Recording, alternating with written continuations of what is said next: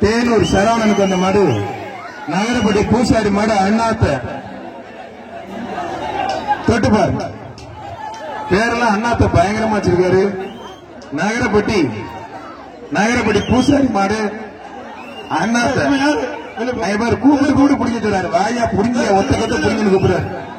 அவர் சும்மா இருக்க மாட்டார், கூப்பிடும் அவளை பிடிக்க சொல்லி. பிடிப்பார் தொட்டுப்பார். ஆத்தாரு ஆத்தே இதெல்லாம் பிடிக்க முடியாதுங்க.